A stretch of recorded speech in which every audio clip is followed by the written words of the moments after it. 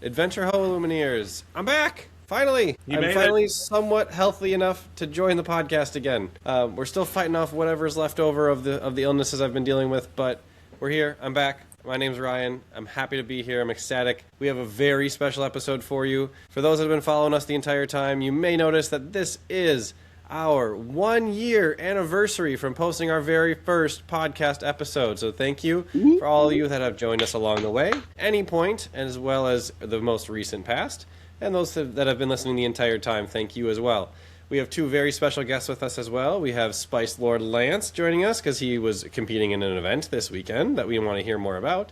And we have Uncle Scrooge Connor to really get his flowers for his hot take, I think pre-fabled, pre-rotation, about the changing ink identities. So we'll dive into a bit of that on this very special happy anniversary episode. So welcome back, friends. Welcome back, Mac. Again, you are the mainstay here. And let's start off where we always do. What's new in your world, Mac? What's new? New in my world is trying to navigate a very giant snowstorm that hit our area in Minnesota this past weekend. It's kind of crazy. A week ago, when we recorded last week's episode, it was 50 degrees and there wasn't any snow on the ground in our area. And this past weekend, anywhere from 9 inches to about 2 feet of snow. Lance can tell us a little bit more about his experience with the snow, because I think you were more so on the 2-foot side there in your household. Oh, yeah. But all in all, it was good, because those of us with little kids, they tend to like playing in the snow, so they couldn't get enough of it, and it was a lot of fun to watch them run around still. But from an adult side, when you're trying to manage a house, snow blowing can get a little bit tedious with a snowstorm like that. But we moved forward.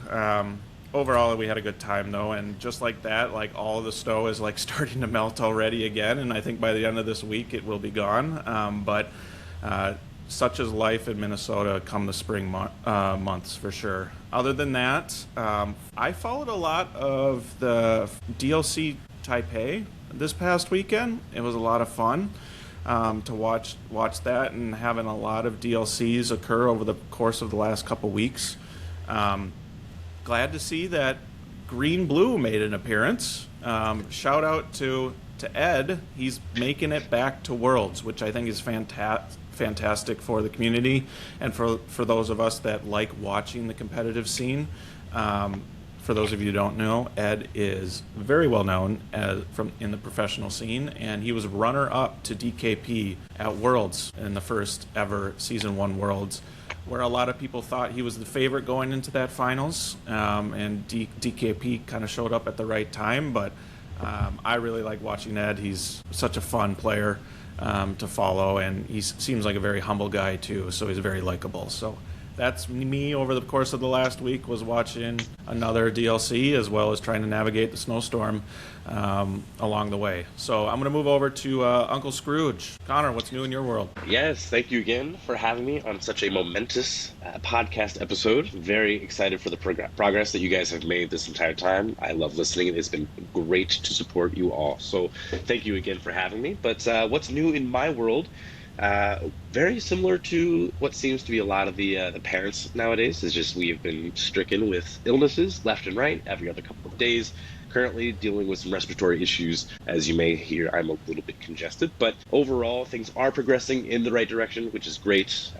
Sadly, my daughter, a little over 2 years old, she broke her leg a couple weeks ago, and we got some x-rays today, and things are looking much better, and she's able to do a little bit of walking, which is nice, but she is quite frustrated with the lack of mobility, which is kind of a pain, especially when we're kind of trapped inside from the snowstorm, as Mac mentioned just a few moments ago. But otherwise, we are trending in the right direction. It is supposed to be like 50-60 degrees this weekend, so we are very pumped for the weather to get much nicer. But from a Lorcana standpoint, I have been playing blue-green for a few sets now, and I am pumped that Ed was able to take this DLC Taipei. I rewatched the finals again, and it is incredible. I loved it. Granted, there were some mentions of misplays periodically from his opponent. I cannot remember his name off the top of my head, but he was running Blurple as well.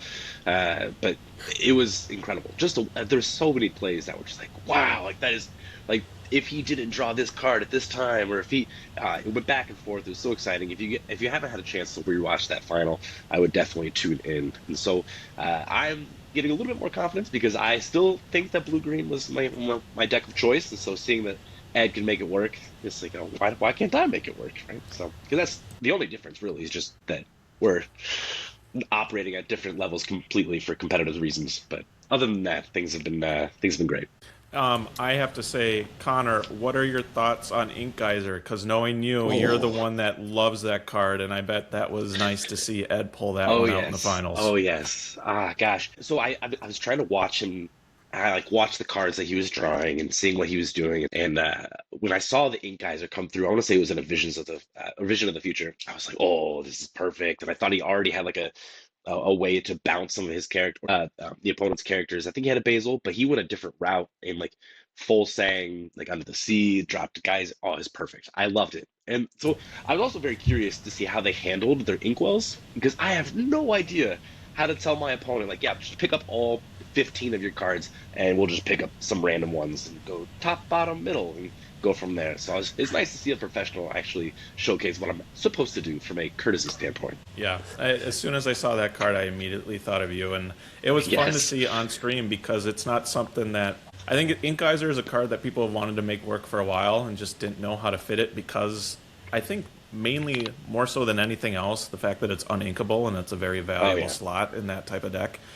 But yeah, that was fun to see, and he obviously made it work to perfection, and he was rewarded for it. But yeah, good time to watch that one. Lance, what about you? What's new in your world? Well, I think along similar lines there, working through some household illnesses. Small children, they are little plague monsters sometimes, but you gotta love them. So working through that on a personal level, and had my mother-in-law come to town, so that was a fun little weekend to get a chance to spend some time with her and spend some time with the family. And then, of course, Lorcana Front, participating and competing in that Frosty 500, which was an absolute blast, and I was so glad to take the hour drive up north to go to that tournament, see some great friends, and play some wonderful Lorcana. Yeah, that Frosty 500 seemed like quite a nice event. We'll get into some more details in a little bit, because I want to hear all about it, because I heard it was an absolute blast when I was texting with Nathaniel, our absent DuckTale dad. I failed to mention in the opening that Nathaniel's off this week, as he's on a work trip, so he has more important, fun things to do than sit down at night and record a podcast with us. But he'll be back soon. He'll be back next week, and we're looking forward to having him back for sure. So I'll wrap us up. My update. Obviously, I am finally back from the string of illnesses we've been fighting off. Still fighting off the tail end of whatever respiratory junk I caught from my kiddos last. They both developed new coughs recently, so I'm hoping I don't catch whatever that is right on top of this. So let's get some nice warmer weather so we can all get outside more often and let the sunshine burn off all these bugs for us. On a Lorcana front, I've just been playing on Fight Club and having a blast. It's a good old time. I had a deck list sleeved up and ready to go for the Frosty 500. I was this close to being a last-second addition to the field there, but ultimately was not healthy enough in order to make it to that event and make it through that event, as well as have the household set up for success while I was gone. So I was not able to make it, unfortunately, but it looked like it was a blast, and I am jealous and looking forward to the next one, that's for sure. Also, very much looking forward to set championships. That's very on the near horizon here. In just 2 weeks' time, it looks like we'll be talking about set championships on the immediate horizon. So the first weekend of April is the first weekend of set championships, fellas. Are we feeling ready? Are we feeling unprepared? Where are we at with our level of preparation? I need cards, so if any of you can help me with my deck list, I got to fill out the rest of my deck. But yeah, typically the first couple weekends, that we mentioned in the past, is pretty sweaty. That's where a lot of the people tend to bring their best decks because they want to win and get that mat as soon as possible. And then towards the tail end is where we see the fun decks come out. But yeah, it's kind of crazy. I feel like we say it every set rotation now that you blink and then set champs is right around the corner. But this one felt like it was truly like full force in your face as soon as possible. And maybe that's just kind of as a result of all the DLC season, there's been a lot more streaming you could observe, and therefore that's maybe allowed time to jump, and have that feeling as well. But yeah, Set Champs is right around the corner, and I am not ready personally. How are you feeling, Lance and or Connor? Let's start with you, Lance. I'm kind of feeling similar. I've been doing as much practice as I can, playing online and trying to do some cam games here and there. There's nothing like actually having the cards in front of you and playing right. But, just trying to find a rhythm there and trying to find the right deck to play. I kind of stick with my comfort pick a lot of the time, which is Purple Steel. And I know the lines, I know what I'm supposed to do, but also with Blurple emerging the way it is, and then, of course, seeing some of these dog decks that absolutely dominate the field, it's been challenging. And not gonna lie, I've lost a lot of games recently. But overall, it's been a lot of fun to kind of see where this meta is shaking up, and I'm looking forward to see where it evolves over the course of the next few weeks leading into Set Championship, because I'm ready to win another playmat. I got 2 last set. I'm trying to get at least 1 this set. Ooh, Wow. big Love talk that. here. Love that. I'm hopeful. I'm hopeful I can luck my way into another playmat. So we're on very different playing fields there, it seems. Connor, how you feeling? You prepared for Set Championships?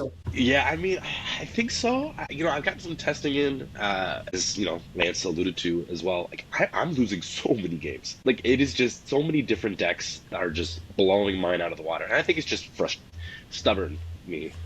I refuse to try and play the net deck game and be a picker. And I'll try and throw different cards in, and I'll have my 38th variant of the deck I'm running losing to the dog's deck that I've seen every other couple of days. So it is just loss after loss. But, losses are the greatest way to learn and the greatest way to see like what the pattern is and what they're doing. And so I do feel, I feel okay. I feel all right. And definitely a step down from Lance. I'm looking to make top 8. I would love that. And I would love to maybe get to like top 4. I think that'd be great. I only get to go to like 1 or 2, but top 8, to get that promo, call it good, have some fun, see some good people. That's all I need. Ain't that the truth? Well, you mentioned net decking, and so I think that I'll take this opportunity to transition us into the Frosty 500, because our favorite net decker and our strongest net decker, apparently, Nathaniel, who is absent today and cannot defend his name, so we can slander it as much as we want. Just kidding, Nathaniel. What net decked? He's called himself in the past a certified net decker. Took JDRR's public Blurple list and apparently ran the table at the Frosty 500. Lance, you want to regale us with a recap of the competitive side of the Frosty 500? Yeah, so it was an absolute blast. First of all, AJ, shout out to him for putting something amazing on again. Ellie for judging for us. It was an absolute amazing experience as always. That being said, we had 33 players show up ready to go, and there was so much dog hate out there. I was actually surprised that we only saw, I think, like 2 or 3 dog decks, and everything else was anti-dog. And so as we went in, all of us teching for those dog decks, it was kind of a slog playing some. We saw some Sugar Rush Speedway decks. We saw some Blurple, some Baja, a couple Purple Steels, of course, some really spicy lists that ended up top 8ing throughout the field. Emerald, Amethyst, and then, of course, the Ruby Emerald, I think a lot of folks are talking about right now. So there was a lot to be said about everyone that showed up and everyone that was ready to play. Blurple ran the table in terms of top 8. I think we had 4 of the top 8 as Blurple matchups, and then I myself was on Purple Steel, made top 8. We had 2 Emerald Amethyst and that Ruby Emerald. Now, that being said, again, going into those matchups, everyone there was playing at such a high level, it felt like every game was just a sweat fest. Of course, I didn't get a chance to play Nathaniel. I was looking forward to crushing him, and I guess I'll just have to wait till the next time we meet up, continue taking out the DuckTale Dads here. But overall, it was an absolute blast. It sounds like it was quite the sweat fest, and there was some very high-level play across the board. So, how did 4 Blurple make the top 8? I feel like Blurple's been on the downhill here recently. Dogs has been taking over. Only didn't see much Dogs. Now Blurple all of a sudden is in like half of the top 8 of this Minnesota event. So what in the world happened? Any idea? I know for one, I heard that They come back? most of the people running Blurple never actually matched up against each other. They all kind of dodged, which is kind of just, it's so funny how that works out. Yeah, that's what I heard too, is that they all just somehow dodged each other. There was only like one mirror match the entire day, and then all of a sudden, oh, you're on Blurple? Wait, you're on Blurple. It was the Spider-Man meme. Everyone pointing at each other saying, you're on Blurple, I'm on Blurple. What's going on here? Lance, you're back. Thank you. Absolutely. I asked, I'm back. how did 4 Blurples make the top 8? Well, and I think you kind of mentioned it there. None of them really kind of paired up against each other. I lost my only Blurple matchup. It was my only loss of the day, and it's because I teched so heavily into Dogs that I just lost the Blurple matchup and didn't find any 1-drops, which made it really hard to win. But overall, like, I think that because everyone was tech so hard to that, those Blurple matchups just crushed their opponents, right? Anytime anybody got any big bodies, it was Hades, it was Into the Unknown, right into the Inkwell. So overall, I think they got really lucky in terms of those matchups. And again, those folks running Blurple were really skilled players. I mean, you talk about Nathaniel. Nathaniel's a great player. You talk about Christian, another great player who was on Blurple. So overall, the skill expression was definitely there. Sure. You mentioned spicy deck lists.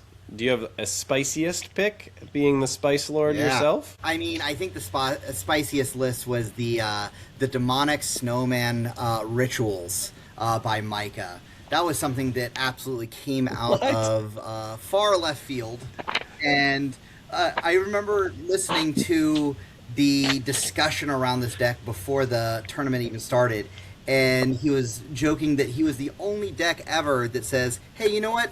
I want to go second. I don't think we've ever had that in Lorcana until now, and just watching this gameplay was absolutely amazing and something that I want to try out and build. Of course, all the deck lists being on Ink Decks, so thank you, AJ and Ellie, for getting those uploaded for people to try out.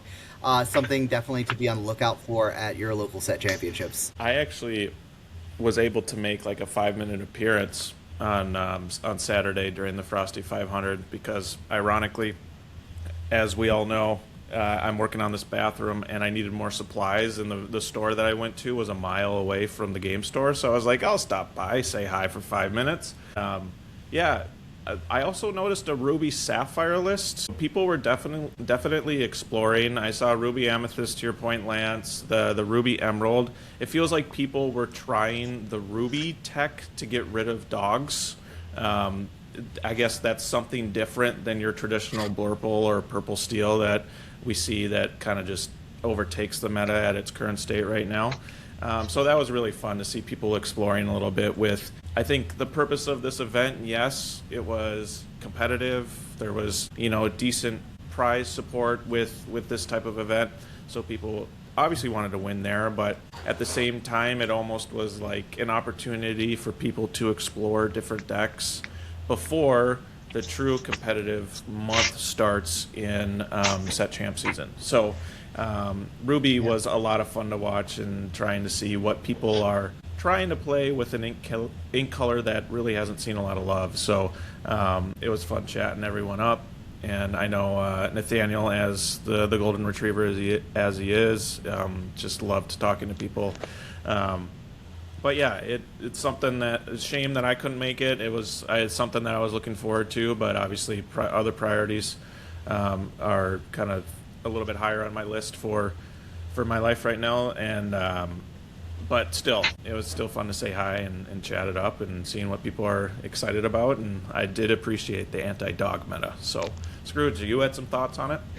Yeah, I think that I can't remember who alluded to this in previous podcasts, but they said everyone anticipates the most meta deck to be played, whether it's the Dogs or the Emerald Steel discard Diablo decks back in the days.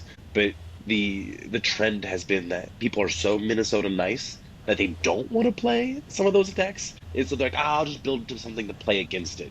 And then no one plays it, and then it's just complete chaos. And so I think that's the funniest thing, again, that there's a big tournament, and everyone's like, dogs have been running around crazy, but they are just like no one plays it. It's just maybe 2 people out of the 33, as Lance said. But it's just so funny to me that like, oh, I'm not gonna be that guy. I don't want to be mean. I'm not gonna play that. Yeah, I think people are just getting ready for what set champs are going to be. So I'm anticipating dogs coming back up in the set champ season, but we'll see. I hope that the Minnesota Nice still comes out, but as I've alluded to before, dogs in purple, that's essentially what we're going to see, and so you better be ready for it come a couple weeks from now. Can't wait for it. I'm ready for it. Can't wait to see. Let's see all that purple steel, all that blurple. Wait to see only blurple and purple steel and no dogs anywhere, and everybody checked against it. Everyone's inking their wasabis and inking their benjas. Oh, poor Benja, getting a lot of hate in the Minnesota Discord right now. Great card against dogs, but not great against a lot of other things, unfortunately. All right, well, there was another game type that was played at the Frosty 500 lands. I heard tell of something called multiplayer pack rush. Please enlighten us as to what this is and how chaotic it can be. Oh, it was probably one of the most fun experiences that I've had at a tournament. And it was completely spur of the moment, spontaneous. We had gotten to round 6 of this tournament, and several of us, of course, ID'd, and we were waiting on the final round to go ahead and conclude. And we all thought, you know what, let's do some pack rush real quick. So I went up to the front, I picked up like 10 packs. And said, all right, let's do this a little different. So it was myself, Nathaniel of DuckTale Dads lore, and Nathaniel Rosado, who was also at the tournament, and then Christian, of course. And we sat down and we did 4-player pack rush multiplayer. So some of y'all have played multiplayer before in past experiences. Some of the stores have run multiplayer pods. This one was so much fun because we did not look at our cards. If someone was running an iconic in there, it was definitely going to be raw on the table, no sleeves, no holds bar. And it was constant shenanigans. Who is going to take out who? Who is going to stop this potential threat? Who was going to lie and say that they were going to take out that threat, but quest instead? So overall, it was an absolute blast. And I will say that shout out to Nathaniel. He definitely helped me win in the situation. We had 2 packs on the line. So we got the 10 packs, 2 packs apiece, and we had 2 packs for the prizes on the line. And Nathaniel ended up helping me win that one and questing out on at 15 lore. So overall, great experience. Highly recommend. Pot of 4 is absolutely perfect for this pack rush experience. Multiplayer pack rush coming to your intermissions near you, apparently. This sounds incredible. I would love to try it. I played multiplayer once and it was a blast. I would love to try this multiplayer pack rush because that is chaos incarnate. Thoughts, Mac, Connor? Yeah, I think that, to be honest, I've never played multiplayer. I would love to get into it. I'm always game to try something new. I know. It's just I don't get too much time to get out there and try new things. And so whenever the opportunity presents itself, I'm just not there. And so I would love to get something set up, maybe at our next gathering to play test for set chance or something like that. We just bring some extra packs and we'll do some chaos. But it sounds like a blast. I think that anything where it takes Lorcana away from the, just the traditional 1v1, even just like playing like Palace Heist or Deep Trouble, like getting those kind of reps in, it's kind of fun. It just makes you think in a little bit different way. So I'm definitely down to try it. I just haven't had the opportunity. So I would love some introductions. Yeah, for me it was. I'm with you, Connor. I have never played multiplayer, and I think it's something that I've always wanted to try, obviously. I don't know how I would do because it's just a way different mindset and trying to figure that out. Ironically, there are a couple good winter spell cards that make use of multiplayer, that being the 4-cost on Inkabo Ruby, the Scrooge, I believe, seems to do pretty well in multiplayer. Yeah, Scrooge. So, yeah, it's something I want to try. It seems really fun, but I think it's one of those games. We do so much play testing online with each other. It's one of those where I feel like you need to be in person to really experience the true frenzy and fury that it seems to bring. Um, so, yeah, I would agree. Let's put it on our list for something to try the next time we have a couple minutes to work out a multiplayer pack rush. I think it's something that's worth exploring and giving it a shot for sure. Let me wrap your head around this idea. How about multiplayer Infinity with your Ruby Sapphire deck that you love so dearly? That would take about like 6 years, I think, considering how long Ruby Sapphire Infinity, how long those matches go. When Nathaniel and I tested the Ruby Sapphire prior to Milwaukee, it was like we got through one game and it took 45 minutes. One game, not match, one game. And the only reason it ended was because Nathaniel decked out. So it was that experience where I realized, and granted this was fabled, but where I realized that, oh geez, the Infinity DLC, I hope those players play fast because there's going to be a lot of control that's going to be present in this upcoming DLC in Indianapolis when it comes to Infinity, for sure. I will say, for multiplayer, this is something that we regularly play at our local store, VB Games, here in Northfield. We usually start out our Friday night locals with multiplayer while we're waiting for everyone to show up. And we all have our own multiplayer decks built out, and sometimes we'll play our regular core constructed. And it is always pure and utter chaos. And always good for a laugh. I do play the 4-cost Scrooge, and it's hilarious to quest and then draw 6 as everyone loses lore. But some of those stories that you get out of those experiences have been some of the defining moments in myself playing Lorcana. There was a moment where I was able to get out a Beast Relentless and an Arthur, and I cleared 20 characters in one turn. And it was just... I'm now always the threat, so everyone always attacks me, but it was well worth it. So whenever you have a chance, like, take a couple minutes, set up a pod, do that multiplayer experience, because it'll always create those wonderful stories that we're so proud of when playing Lorcana, and it'll continue building this game into something we continue to love. Love that. To be fair, I would also be eternally targeting you if I got cooked by a Beast Relentless Arthur combo ever once in my life.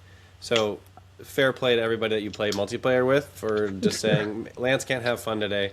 He doesn't get to play any of his characters. Those are coming off the board as soon as they touch the board. So, I support their efforts, to be fair. Seems fair. All right, well, y'all were talking, Nathaniel, a different Nathaniel's name kept coming up a few times when we were talking about the Frosty 500. I want to take this opportunity just to plug the upcoming weekend here in Minnesota, down in Mankato, Minnesota, something called Mankato Con. There's Friday, Saturday, and Sunday events for Lorcana if you're interested in joining and signing up and playing at any or all of those days. Saturday is a $1,000 prize pool. Friday is actually a multiplayer event. For those that are interested in trying out this multiplayer game mode, it is core constructed. It is not multiplayer pack rush. You do get to know the cards in your deck, so that is one bonus to the multiplayer core constructed event. And then Sunday, I forget what the details are there, but I know there is a Lorcana event on Sunday as well. So this upcoming weekend, March 20th, 22nd, Mankato Con down in Mankato, Minnesota. For anybody interested, feel free to check it out and go have a blast with some great players down in that area, and from across the state of Minnesota and surrounding states even, that are going to be joining in the festivities of Mankato Con and playing some very, very fun Lorcana this weekend. I will not be in attendance. I'm not sure if anybody on this call will be in attendance, but just wanted to plug it because we know the people that are organizing it, friends in the Minnesota community, and so we just wanted to make sure that we get the word out. All right. Let's move now into giving Uncle Scrooge his flowers. So, when rotation was coming around, we had Connor on the podcast, and he said something akin to the Ravensburger game creators, game designers are going to completely flip the script and change the ink identities simply because they heard the DuckTale Dads did a ink color series and they wanted to outdate that content immediately. So, they did so, didn't they, fellas? So, let's start with Ruby. Where are they now? What is the ink identity of Ruby? And is it viable? Mac, what do we think? You're the Ruby stan in the room. What do we got? So the biggest thing they added with Ruby is singers, right? And that was right out of the gate with Fabled in the Powerline structure with Powerline himself. You had the Max Goof singer, and then the baby Powerline, I guess, the 2-cost one. And I don't know, it was really fun to see that. And then there was a lot of different synergies with other Goofy movie characters that dealt with being able to sing songs and seeing how that goes. I remember thinking about it, like thinking back 6 months ago when that was first introduced. I think that was the first time people were like truly, truly, truly excited to try out Ruby Emerald, because there was a lot of singers and then some potential synergies there with the songs that they had announced would be reprinted in Emerald.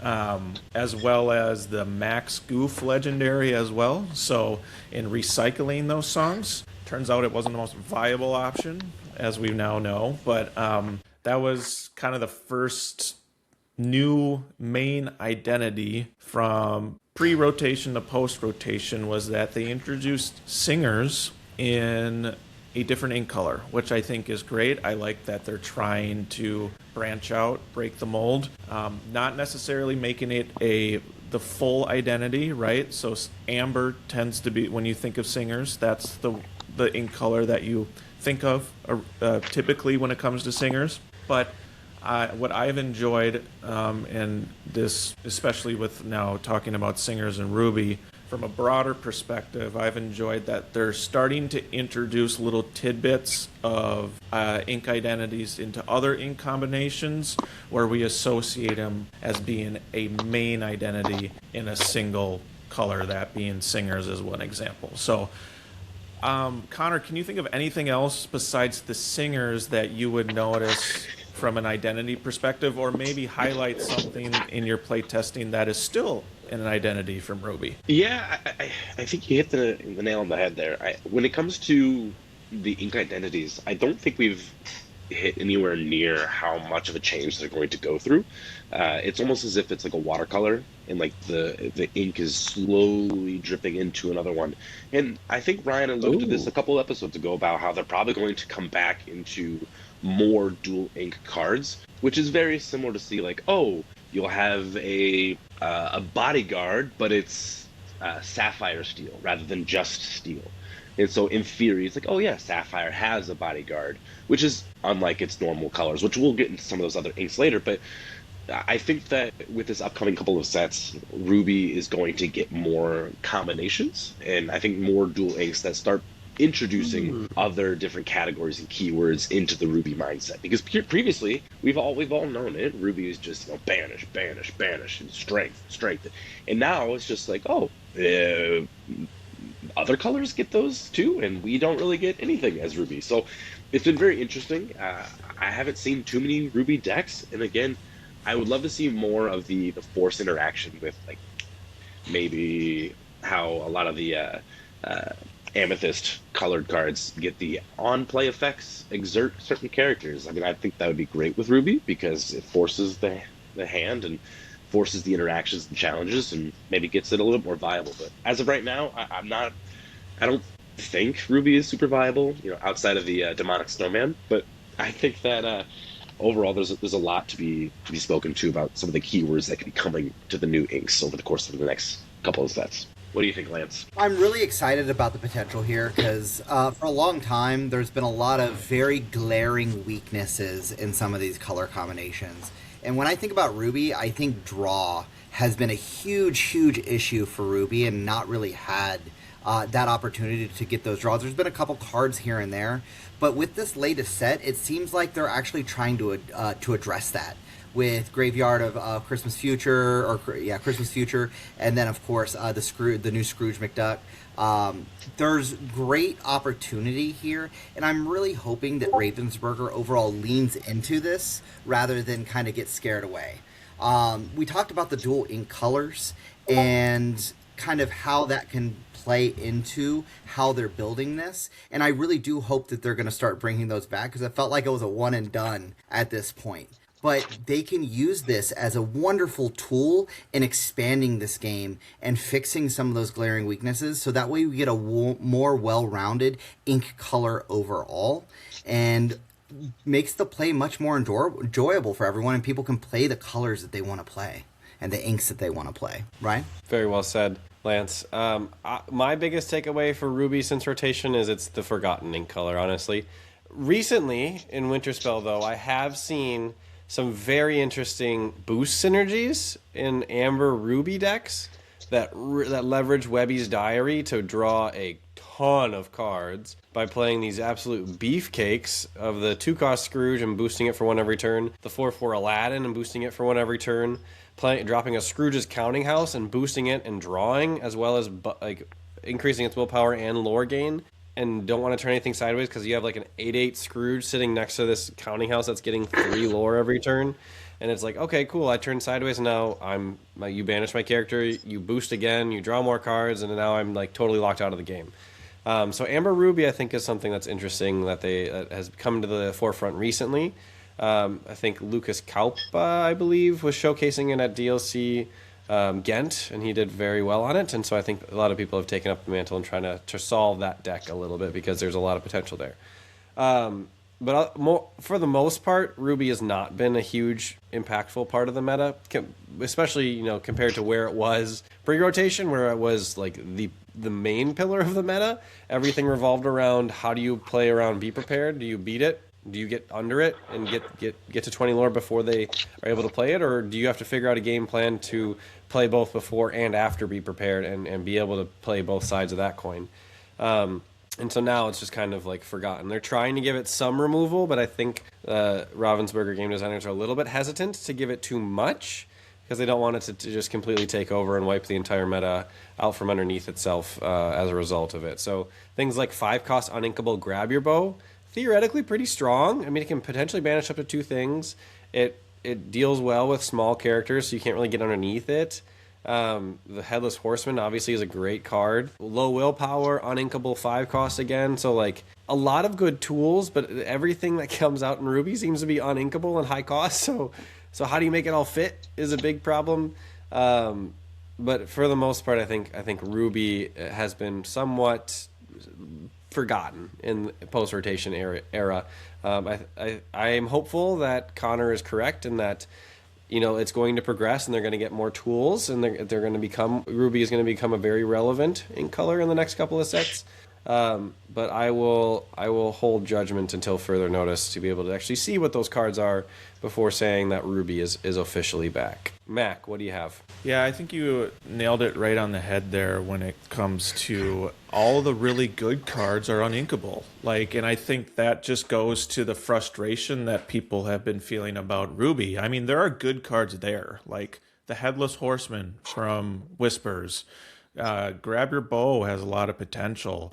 The new Rush Maui from this last set, I think people were initially excited about, but it's like they're trying to grasp what was really, really good about Ruby pre-rotation and trying to have some sort of a semblance of that, but a lot weaker. And primarily that weakness is becoming uninkable cards, and you can only play so many in your deck. The one thing pre this specific set with Winterspell, the one identity that I noticed was lacking in Ruby that I really wish was missed was the fact that Ruby tended to be that rush color. And after rotation, a lot of those significant rush cards were out, that being the Super Goof, obviously Maui Hero to All.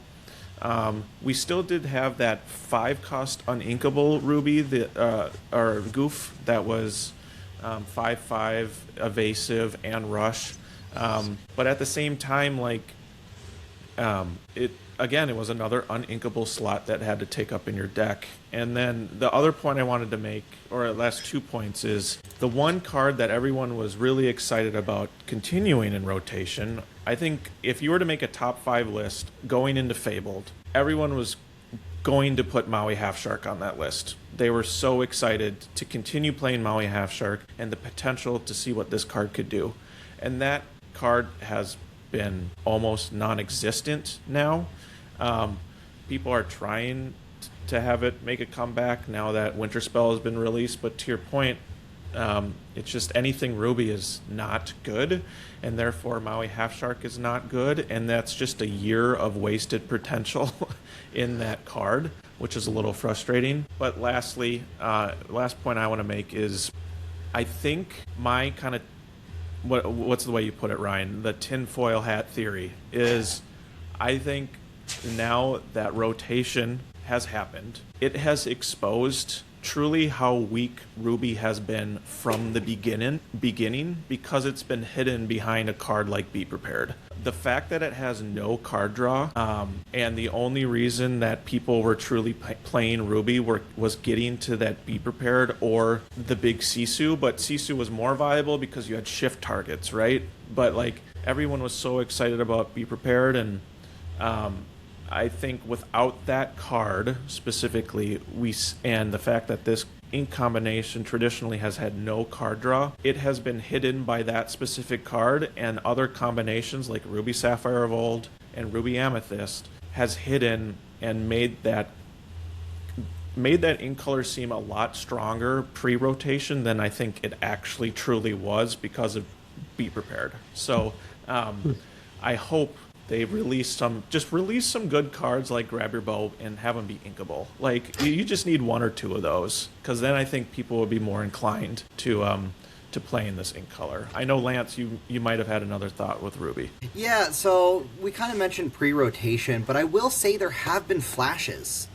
During last set championship season, it felt like, especially up here in the cities, that Ruby Amethyst was running the table when it came to winning set championships. I myself won on Ruby Amethyst, and I'm not normally a Ruby player. We had Nathaniel win one on Ruby Amethyst, and a couple other players throughout the cities that were kind of going through and playing.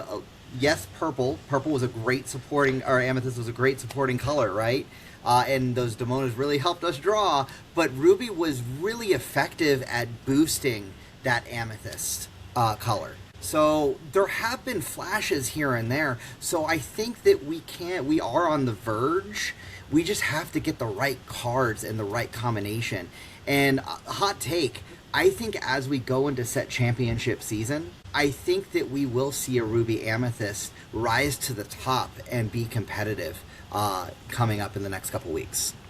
I think that's a great hot take. I really do think Ruby Amethyst still is very, very impactful. Has a lot of great tools, and I think it could really make a storm come set championship season. One last point about Ruby before we move on to the next ink color I want to talk about. What I think the biggest change with Ruby has been, now that I think more about it, and you mentioned Ruby Amethyst, is that the Ruby players of old, of pre-rotation, were these like big ugly control players, big ugly control deck players that just wanted to like suffocate the game and win by like through attrition. And the Ruby of new is a little bit more on the aggressive side, so it's a totally different play style than pre-rotation Ruby lended itself to. And so I think that's been a big challenge as well, is that it's a different group of players that need to pick up that need to pick up the color, or those players that used to play control decks need to now play more aggressive decks and have less of that like suffocating board control and more of the like, I'm just going to ask the questions, and if you don't have the answers, then I win, like no matter what happens. So I think that's been one of the other major changes that's, I think, somewhat hidden Ruby in the background as a result of it, just because the Ruby players, anyone that was more on more of an aggressive deck pre-rotation, wasn't really looking at Ruby as an aggressive option post-rotation, just because it was probably the color they hated the most, to be quite honest with you, from pre-rotation experiences. If you're playing an aggro deck and you came up against anything Ruby, you probably were just sad and crying on your way home from an 0-3 event. But that being said, now I think that we're starting to see it come a little bit more into the fold. There's the opportunity to have it be a little bit more suffocating with this Amber Ruby deck that's out there, and other Ruby variants on the near horizon. I'm sure you saw Ruby Sapphire at the Frosty 500 mech. So I think it's just around the corner. Next ink I want to talk about, though, fellas, Amber. Apparently, Amber is now our big removal color. So what's going on there? Connor, start us off. Yeah, it's so funny because during the Ink Identity series that you had done, we were talking about, singers and support and healing, and it's so great. Rapunzel will remove damage, it'll be so sweet and so nice. And now it's like Horseman strikes, Raging Storm, and everything is just banished, banished, banished. World's greatest criminal mastermind. It's like, wow, what happens? Like, we just went from super sweet Amber to just like, no, everyone's got to be banished, and it's just no one is safe. It is so great, and I think this opens up the door to so many different inks having these extra keywords that just get slid in over the course of 1 or 2 sets, and all of a sudden, like you see an Amber Amethyst deck list is just like absolutely controls the board because it has the evasive answers. And so it's so fun to see the transition from old to new, especially since we've been here for a fair amount of time. But gosh, it has taken a turn, and I gotta say I like it. The 8 cost uninkable makes it seem as if the only viable deck is your Amber Sapphires, but as you mentioned, there are some Amber Ruby decks that do get up there as well. So I think that it's great. I love the changes, and I'm looking forward to more. And so what do you have to say about Amber now all of a sudden being this aggressive, angry board clear color? I have a couple friends on that I play with on Pixelborn and do live cams that are trying to make Amber work with Amethyst specifically, and kind of playing this mid-range, like, control the board early, get up to that board wipe, let them overcommit, and then just destroy their life. And it feels real bad when it happens because there's no way of recovering. So, kind of this changing ink identity. And Amber was never something that I played a lot of. I was never a Steel Song player. I did Lemon Lime very, very early on. But it was that aggro, like, I'm going to get up to 19 lore and then get crushed by Ruby Amethyst. And so it was something that I kind of moved off of fairly quickly. And seeing this changing ink identity definitely kind of gives me pause and makes me really think about what I can do as a player to become better and play some of these colors. And just watching some of these combinations of cheating out Mufasa a little bit early, or Simba a little bit early, and then boosting him and then cheating out another character is just kind of insane to me, and something I never thought of before and never thought Amber was capable of, right?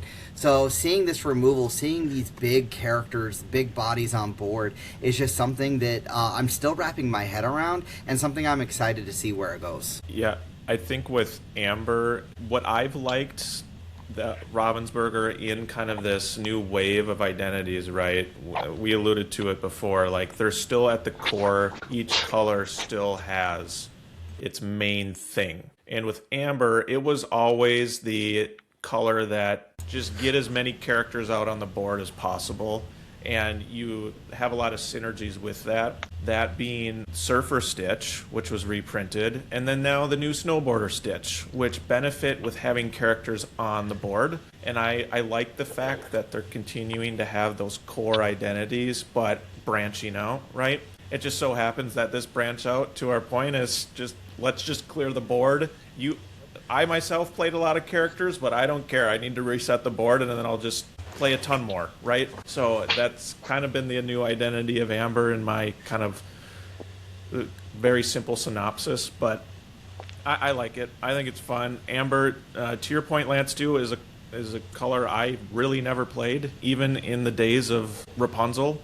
I never played Amber, and I'm liking, kind of dipping my toes in some new ink combinations, and maybe that was their point the whole time with introducing these new identities come the rotation. So that's my thoughts on Amber. Mac, you make a great point there of like maybe this was the point the whole time, was to say you can have a play style you enjoy, but it's not going to be in the same colors the entire time, because now you get to experience different inks, experience the little niche things that each of those different inks gets to do, while still having your board clear that you so love and adore.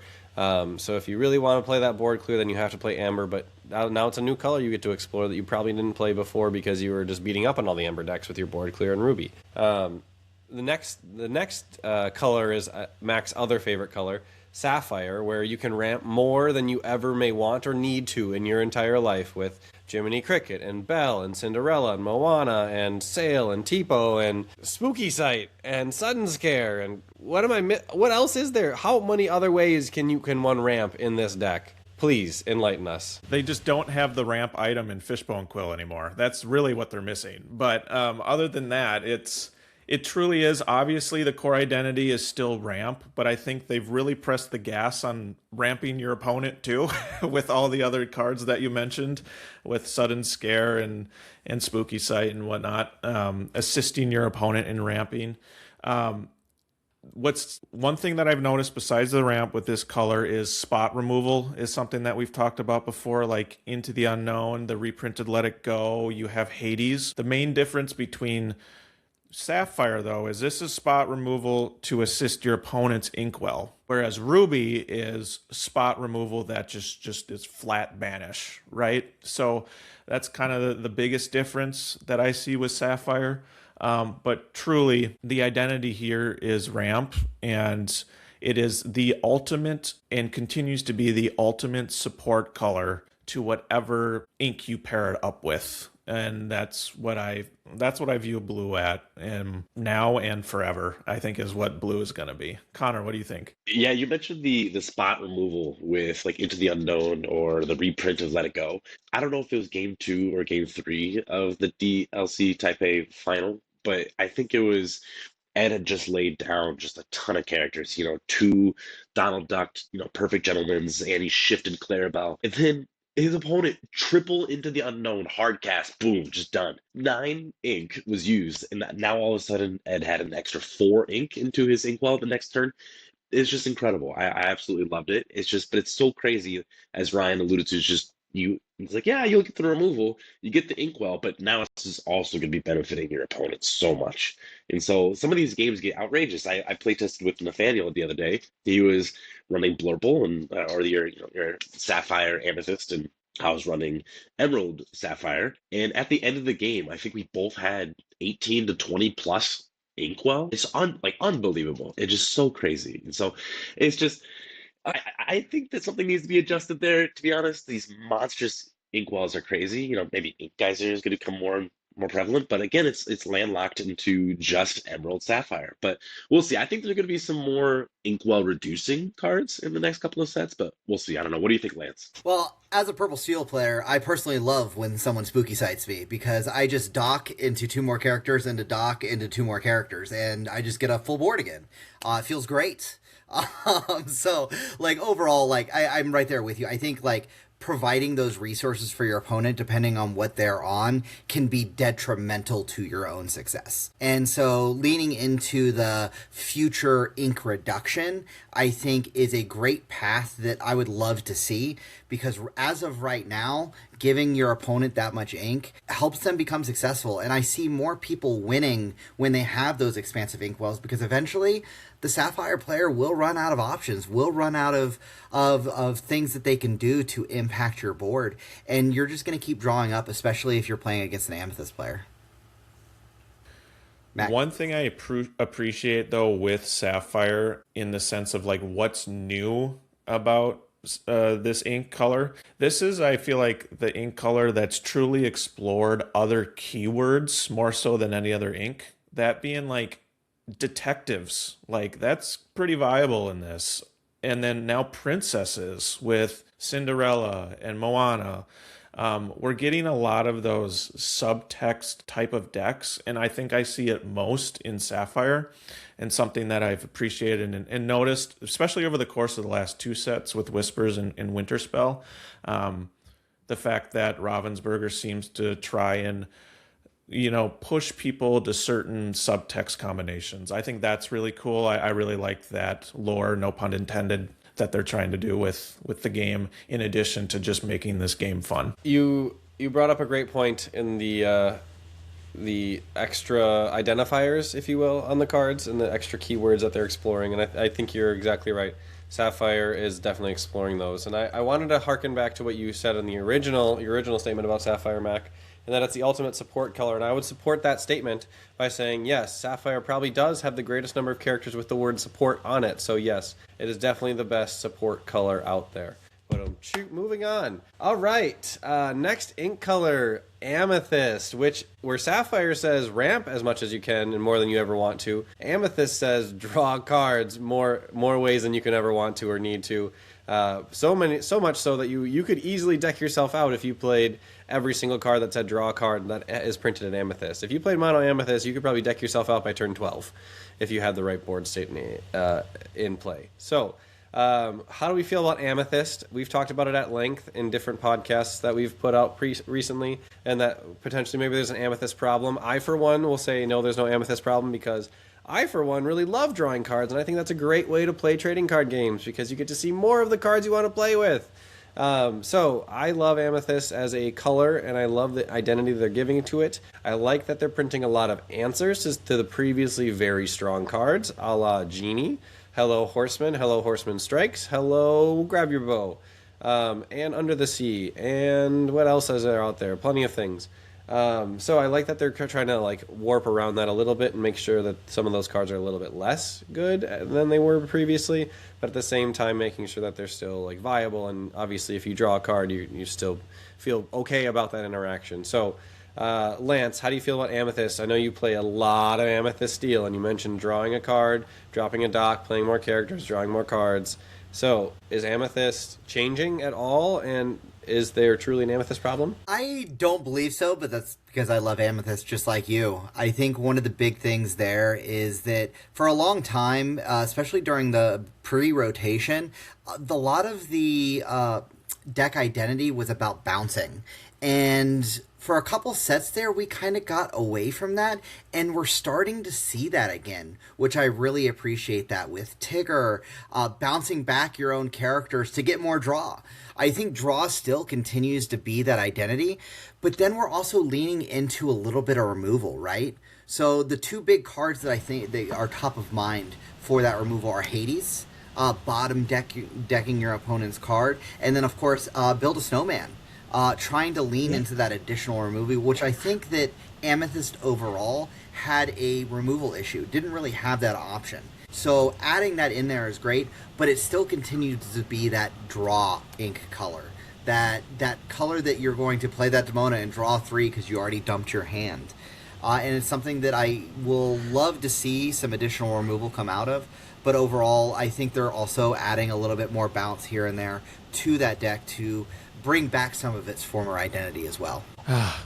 I'm sick of Amethyst, and it's been well documented on how I feel about Amethyst and how strong it is. I just think with Amethyst, and I'll keep it short, it's just a lot of the strongest face value keywords like evasives and stuff like that, it just so happens to be paired up with the ink combination that is draw a lot of cards, right?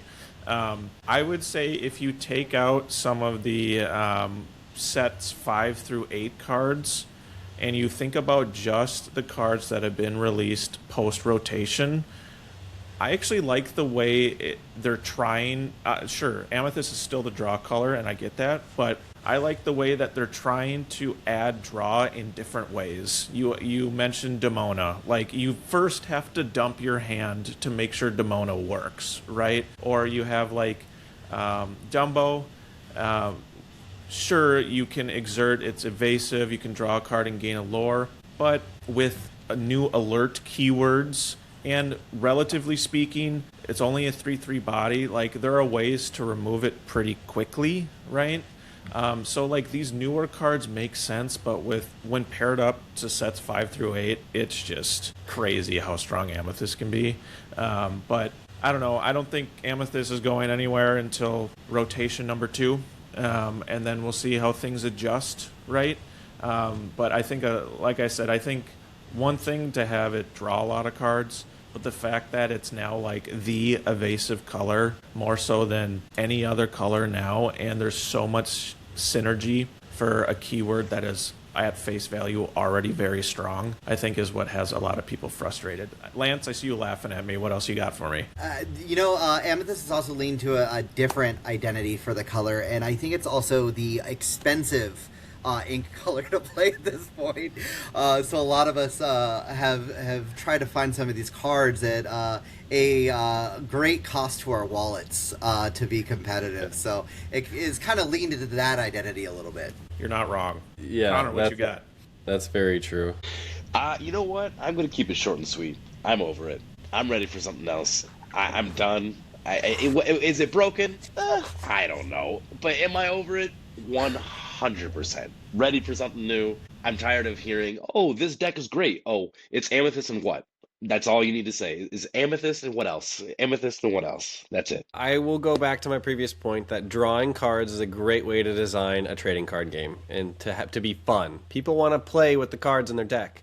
If you can't draw those cards, you can't play the deck. So I think Amethyst will be going nowhere. I'm sorry to say. Even post-rotation 2, I think Amethyst is going nowhere. There's going to be plenty of card draw reprinted or newly printed in sets 12 and 13 to supplement what will be lost from sets 5 through 8, where Amethyst is going to still be a very major component of the meta because competitive card game players like drawing cards. And Amethyst draws cards more efficiently and effectively than every other color out there. You pay 3 to draw 2 is like market rate for Amethyst. In other colors, like Webby's, I mentioned Webby's Diary earlier as an Amber Ruby option. You're paying the boost cost and another ink every single time you draw a card with Webby's Diary. So effectively you're paying 1 to draw 1 or paying 2 to draw 1 at lowest rate because you have to boost to get it done unless you have some sort of like boost cheat effects. But then you're still paying the ink of those cards in order to draw your cards with Webby's Diary. So there's nothing that draws cards more efficiently, except maybe Ohana Means Family if you play into it. Than the Amethyst ink color, and I do think that Amethyst will be going nowhere, so I'm sorry to say, Mac and Connor, but I really hope you're wrong, that I really hope I'm right, that Amethyst is here to stay forever and ever and ever, and even when they start printing more dual ink colors, well, now I'm just going to draw 3 off of or draw 4 even off of my Colors of the Wind, so I'm still going to draw incredibly efficiently as an Amethyst player in every Amethyst deck that I play, because now Colors of the Wind is a 4-cost inkable song. How much more efficient can you get for a card to draw cards for you? So you're going to get sick of seeing Colors of the Wind or hearing this character sings Colors of the Wind, and you'll have plenty of opportunities to say, that's not a Pocahontas character, they can't sing that song, when you're playing against Amethyst decks in the future. Think about Purple Hades singing Colors of the Wind and how scratchy that vocal would be. Regardless, it's still going to happen, and so I just buckle up, fellas. It's gonna be out there. I'm not saying I want it to leave. I'm not saying I want Amethyst card draw to leave. It just needs to be well managed. I get that it will be the card draw color. It just needs to be tempered a little bit because right now it's just overflowing with too much. Give us more. That's all I got. Give us more. Please let me deck myself out. I want to play 4 second stars, 4 guidebooks, 4 colors, 4 genies, 4 Dumbos. I want to play it all. Alternate win condition. We deck ourselves out. We actually win the game. They'll print a card might that need a says new that mechanic before. like that at this rate. Yeah, before long they'll print that as a card. All right, so the anti-everything color then, in my mind, Emerald. Let's talk about Emerald. I still think it's the copycat. I've called it the parasite color in the past because it takes the advantages your opponent tries to create in the game and flips it on its head and turns it into your advantage. Thinking cards like the Big Clarabelle, which turns your opponent's card advantage into your card advantage. You think about the Hey Hey or the Webby, the legendary from last set, turns your opponent's ink advantage into your ink advantage.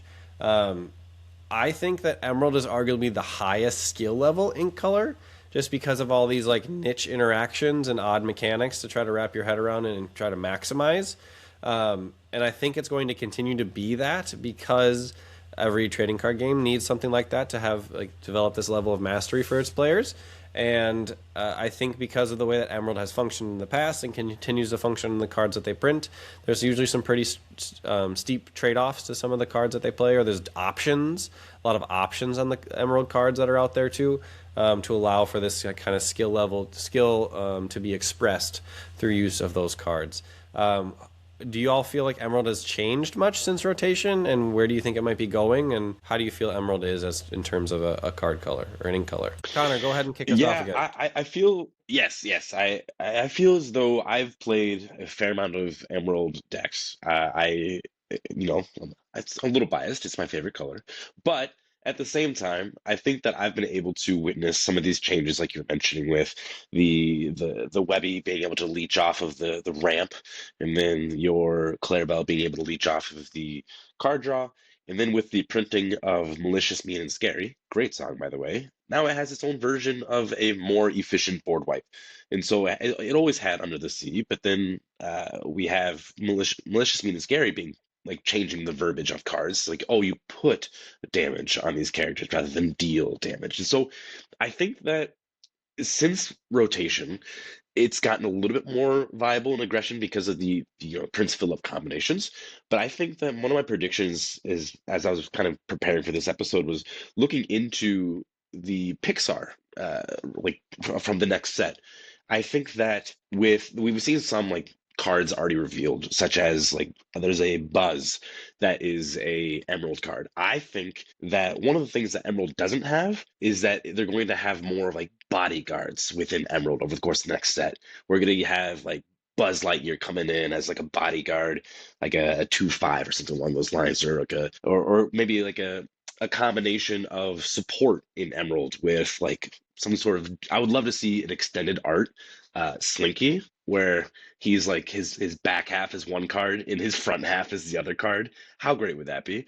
But at the same time, I think that over the course of the next couple of sets, they're going to start dropping these little extra pieces of the keywords into the other areas, and I think it's going to be great. I love Emerald. I think it's going to be even better this coming next set, and I think that it's going to start dripping into other categories as well when it comes to like the leech effects, as you mentioned, Ryan. Yeah, I'll go next here.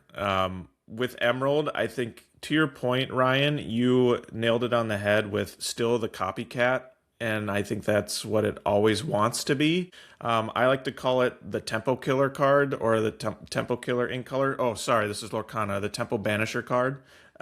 So that's what Emerald will continue to be, is just messing with your opponent's tempo in a very simplistic way, and that's something that I'm not good at. Call back to my Milwaukee experience. But Emerald is so hard to play, at least for me personally. It is. I truly feel that skill cap that you mentioned, Ryan. Like, there's so much that you have to be aware of because it, in essence, pulls identities from almost every other ink color. Therefore, you need to be somewhat versed in what those other inks do in order to be successful at what Emerald wants to do, to kind of take advantage of that. And so there's a lot more kind of base knowledge and foundational knowledge you need in order to play Emerald, in my opinion. Ironically, when we talked about Amber and Raging Storm and board wipes, Emerald actually has more of them with the Prince Philip, as well as the Under the Sea, but it's just not as clean. There's definitely more setup for Emerald when it comes to those board wipes. But yeah, I think Emerald will continue to be the messing with tempo, or at least that's something that's continued to be one of its main identities, while sprinkling in more of that copycat mechanic, pulling more identities from other inks. And I really enjoyed that, and it's kind of a fun, although I'm not good at it, it's a fun kind of difference compared to any other ink combination. Lance, what do you got? I think Emerald has struggled a little bit with its identity post-rotation. I think early on it was firmly into the like kind of discard, and I think everyone realized that playing discard is just not fun for whoever's sitting on the opposite end of the table. And as the resident Bucky player at our local store back in the day, I was having a blast, and no one else was. And so, like, I own that. I definitely do. But I think that they've tried to throw a lot of darts at the board to try to reestablish that. And it's coming in a couple different ways. So the first way I think of is this new identity for Emerald is the color of choice, the ink of choice. And you look at some of these new cards and a couple of the cards from the past sets, and you play this card and you have 3 different choices you can choose from. And we've already seen some releases of these new characters coming out. Specifically, Buzz comes to mind, where it's you play this card and during your turn you can either do pay 2 ink, do this thing, or pay 2 ink, do this thing. And I think that they're trying to lean into that, as well as leaning into the, hey, let's try to get as much lore as we can. And the Mulan is kind of top of mind for me right now, because I just played a deck and got crushed by it, where they were boosting up Mulan, questing for 6, playing You Came Back, questing for 6 again, and then go-going something to gain an additional, 4, which was absolutely insane. And so kind of those different ways where they can sneak lore in, and I think is the best way to describe it.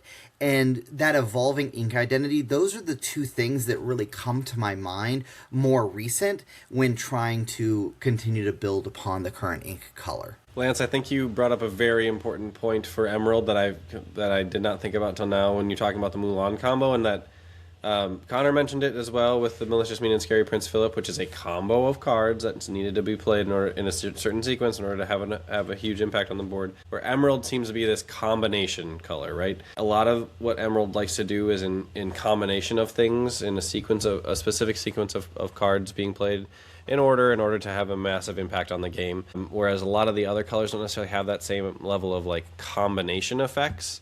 There's some here and there, but not to the same level that it seems like Emerald has. So I would also add that to the Emerald identity of being the combination card in color. So if you like playing combinations of cards, you like waiting to do the thing just once per game, whether it wins you the game or not, you get to do the thing, and that's success in itself, then Emerald is the color for you, for sure. So then, one last ink color to cover, unless Ravensburger in the next 2 minutes drops a new ink color on us. Steel. Steel is the beefcake color in my mind. It's got the big beefy bodies, the high strength, high willpower. For some reason, you can print a 4/5 now as a 3-cost character. It's a 2/5 with Challenger 2. That seems fair. Only in steel, and also affectionately called the pew pew color. Where Lance likes to play his favorite card in the entire universe, Dump Truck, to pew pew, deal 1 damage to something. Cards like Fire the Cannon, cards like Angel Experiment 624, throwing snowballs all over the place now, turning every single card in your deck into a Fire the Cannons. And if you have multiple Angels out, then you get to throw multiple snowballs each turn. And if your opponent's only able to play 1 character, then you probably get to clear it. So that's fun. And so that's what I think of Steel as, is this pew pew and beefcake color. In addition to some, of the clean removal options for other parts of the game, locations and items specifically. How do y'all feel about Steel currently? Is it strong? Is it not strong? Is it consistent? Is it not consistent?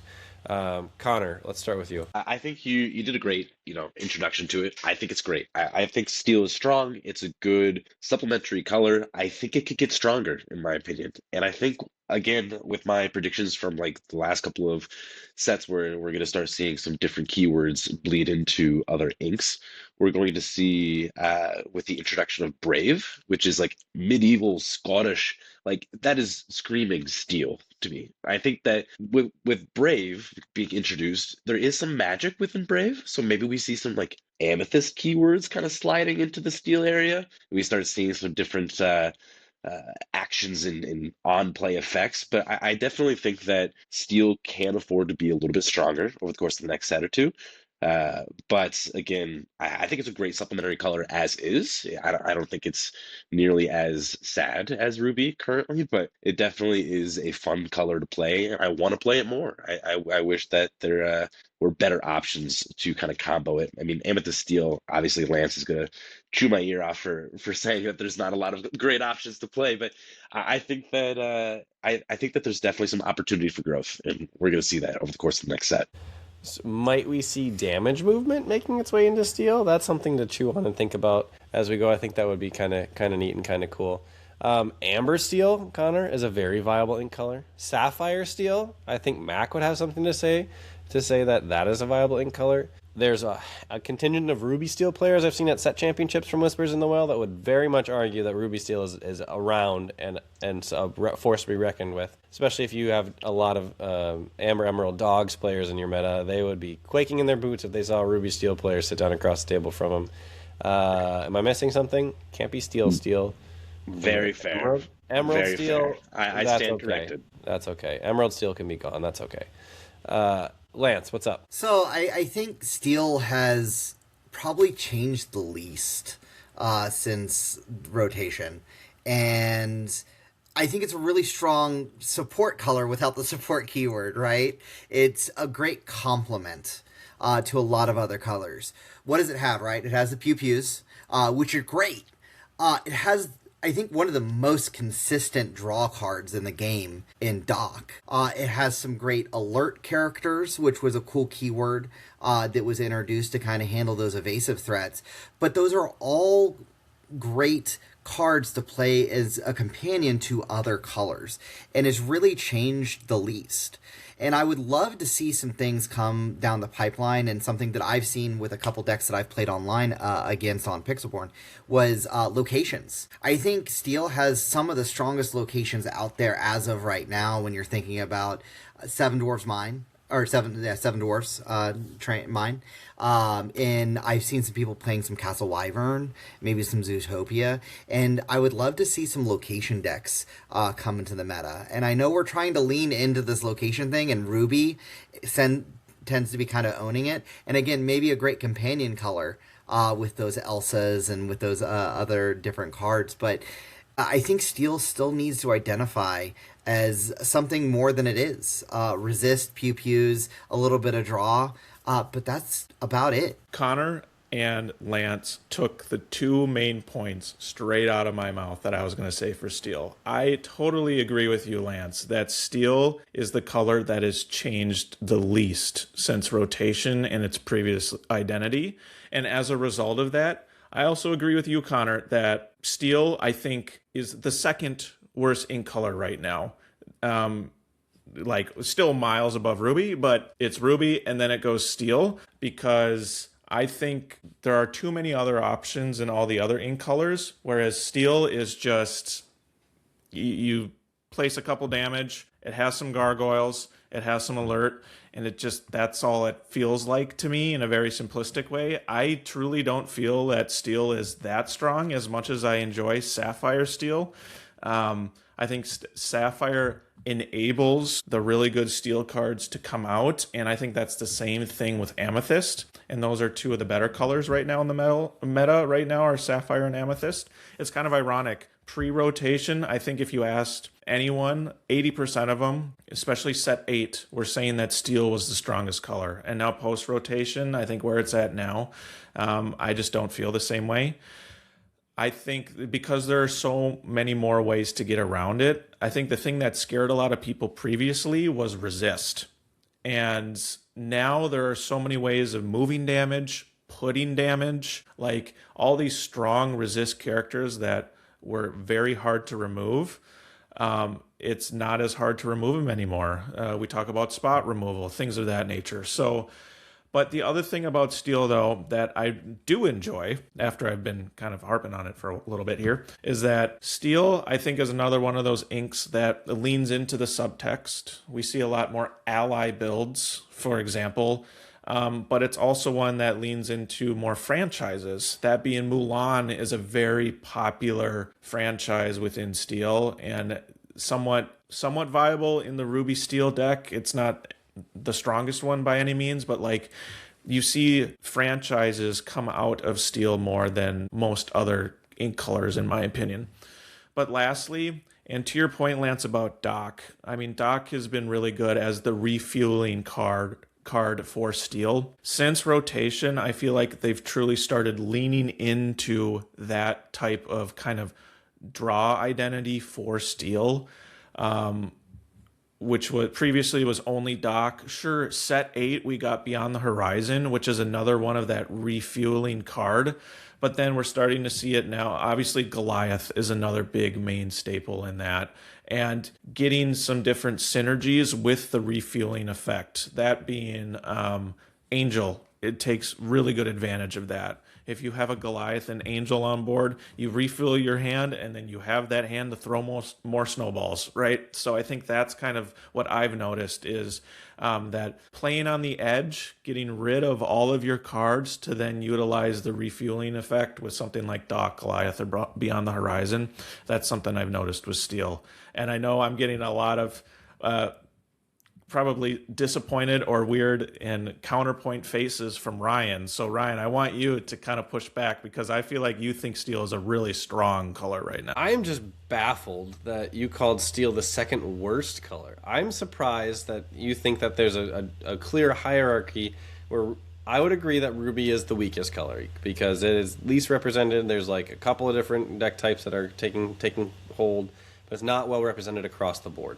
But I truly don't see a difference between the other 5 ink colors in terms of strength or viability, because I think that Steel has a lot of power built into it, baked into it, and a lot of synergistic power and baked into it too. I don't know if you've ever sat across a table from a Francine sitting there staring you down and with their giant elephant trunk and their 4/3 resist 1, but that is a terrifying body to try to face down. With anything that you have on board, because it's probably trading most of the stuff. The other thing is Doc, being a tent pole in every Steel list, really has given life to a lot of different Steel builds, Steel options, Steel archetypes. Obviously, it's a 4 of in just about every single Steel list, even the ones that it probably shouldn't be, because it's just so good and so efficient at card draw. But things like a new Amber Steel that's coming, that Sky won CCS Houston with, that obviously played Docs and obviously played the quintessential removal songs with He Hurled His Thunderbolt now post-rotation and Strength of a Raging Fire. And I don't know if you've ever played against an Amber Steel list that was able to, in their top 15 cards, obviously this is a high roll and it's like one-off, they hit everything they needed to, but they sang 3 He Hurled His Thunderbolts, 2 Strength of a Raging Fire, and 3 Akuta Moody's in their first like 15 to 20 cards. I didn't have any chance in that game.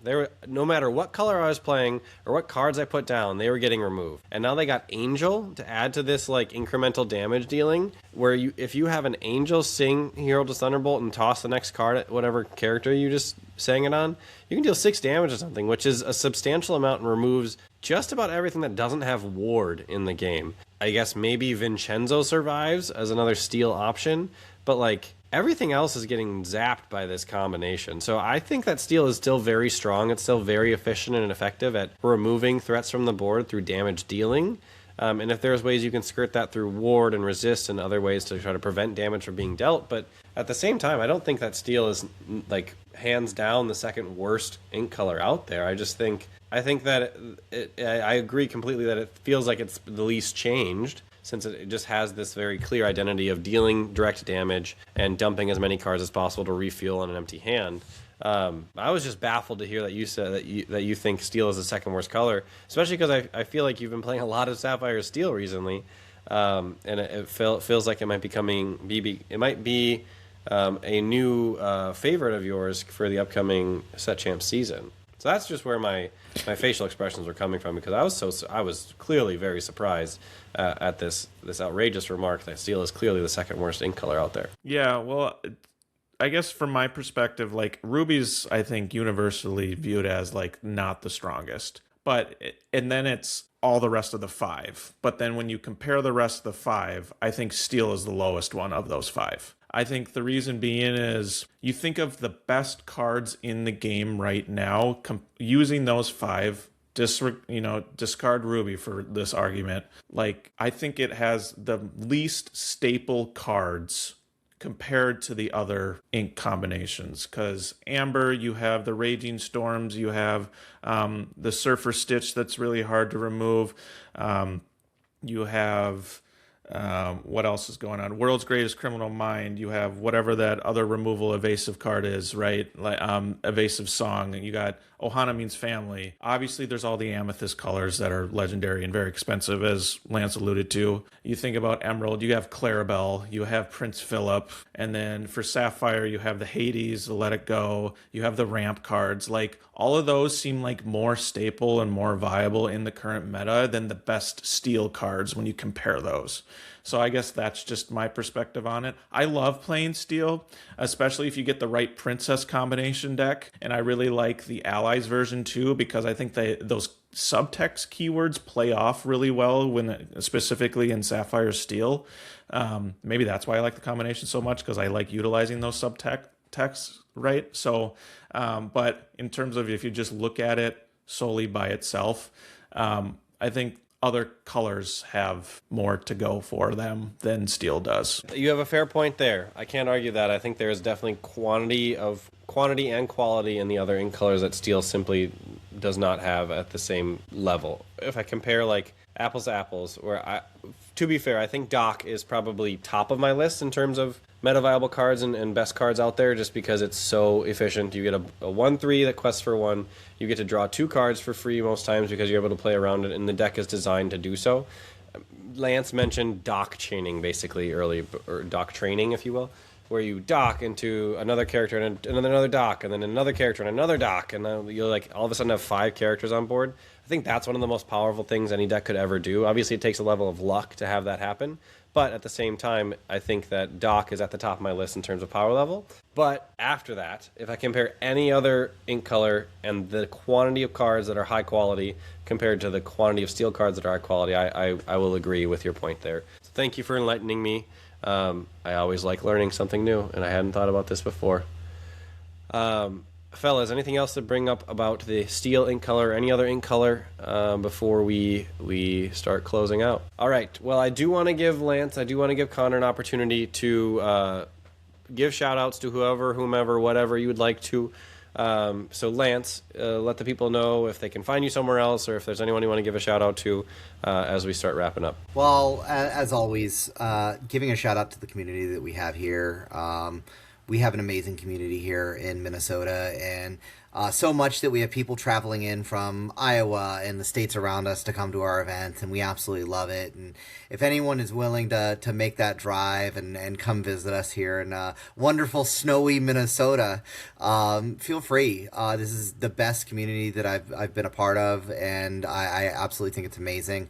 The tournament that we had, AJ and Ellie, of course, helping run that, was an amazing experience as always. And then, of course, to y'all for inviting me on the pod again. I truly enjoy these sit downs with y'all to get together with some like-minded individuals, some parents, right? And actually sit down and socialize about the card game that we love so much. That being said, I'm super excited to see everyone throughout set championship season and get a chance to actually sit down and play everyone as well. So thank you for the opportunity again, and thank you for the community out there for everything that y'all do, and keep doing what you do, Illumineers. Very well said, Lance. We love having you on. It's always a great time catching up and chatting with you. As always, you're always welcome back. If you ever have some spicy take you want to bring back to the podcast, you let us know, and we'll get you back on to let the world hear about it. Connor, any shout-outs you want to give? Any recognitions? Yes, absolutely. Again, a little redundant from Lance, thanking the DuckTale Dads for everything that they do, not only from a Lorcana standpoint, but from a personal standpoint. I know I mentioned that my daughter broke her leg previously, this a couple weeks ago, but we've been battling illnesses left and right, and just facing nonstop challenges over the course of the last month and a half. And whether it's just check-ins, dropping off food, just making sure that I'm doing okay, the DuckTale Dads have really been a group that has gotten my back personally, and I was gonna say professionally, but I mean that's obviously not Lorcana based, but personally and casually, I guess, from the Lorcana standpoint. And so it's just really nice to know that it's not just a front, you guys. DuckTale Dads is the real deal. They are a good group of dads, good group of guys, and again, I can't thank them enough for having me on the podcast and for helping out. Like I mentioned to Lance, Connor, you're always welcome back. You are the man that got us all into this game effectively by the waterfall effect. So we have you to thank for our pocketbooks being ever so much lighter and our lives being ever so much fuller. So thank you for getting us into this and providing this new hobby for us to all enjoy together and meet new people through. For the listeners out there, obviously you know where to find us. You're already listening in. If you wanted to engage with us on multiple platforms, we're on Instagram, we're on YouTube, we're on Spotify and Apple Podcasts. Feel free to leave us a comment, drop a like on the videos or the episodes as you feel and see fit. Let us know if we got anything wrong. We'd love to hear and learn more about what we may need to improve on in the future. And reminder to everybody that may be in the area, there's the Mankato Con happening this upcoming weekend, March 20th through the 22nd, so feel free to check that out if you're local, or if you wanted to travel for a bit of a fun time for a weekend. There's plenty of good hotels down in that area that you can bunk up at to have yourself a good old Lorcana weekend down in Mankato. So thank you all for listening, thank you all for tuning in, and as always, let's get the duck out of here.